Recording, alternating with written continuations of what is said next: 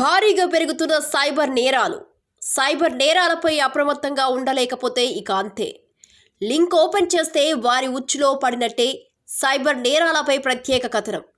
Social media ఎంత వేగంగా విస్తరిస్తున్నదో అంతే వేగంతో సైబర్ నేరాల ఉచ్చులో యువత పడిపోతున్నారు.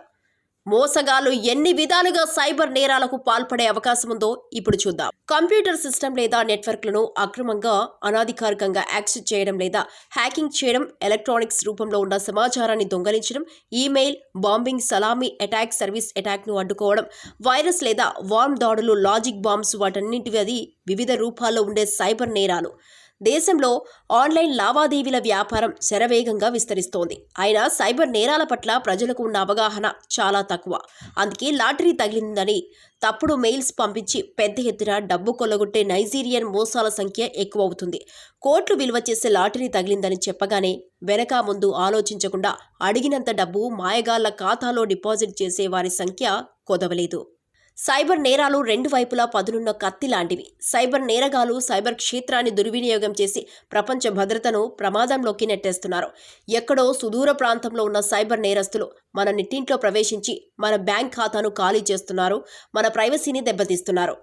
సైబర్ నేరాల పట్ల అప్రమత్తంగా ఉండాలని పోలీసు అధికారులు ప్రజలకు అవగాహన కల్పిస్తూ హెచ్చరిస్తున్నారు.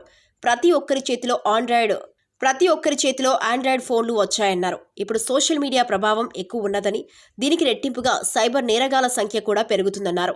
ఏదో ఒక లింక్ పంపించి ఆశ చూపడంతో అమాయక యువత వారి ఉచ్చులో పడి నిలువునా దోపిడీకి గురవుతున్నారని పేర్కొన్నారు.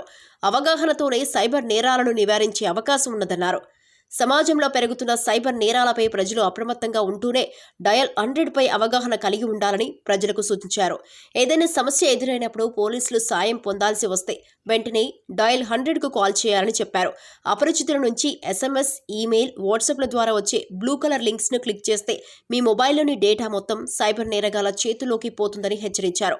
ఎవరైనా సైబర్ నేరాలకు గురైతే వెంటనే 1930కు కాల్ చేయాలన్నారు. మాదక ద్రవ్యాల వినియోగంతో జరిగే నష్టాలు, పోక్సో కేసుల పర్యవసానాలు, సీసీ కెమెరాల ఉపయోగాలు, రైతులు భూమిని తాకట్టు పెట్టి రుణాలు తీసుకునే సమయంలో మోసపోకుండా ఉండేందుకు తీసుకోవాల్సిన జాగ్రత్తలపై అవగాహన కల్పిస్తున్నారు.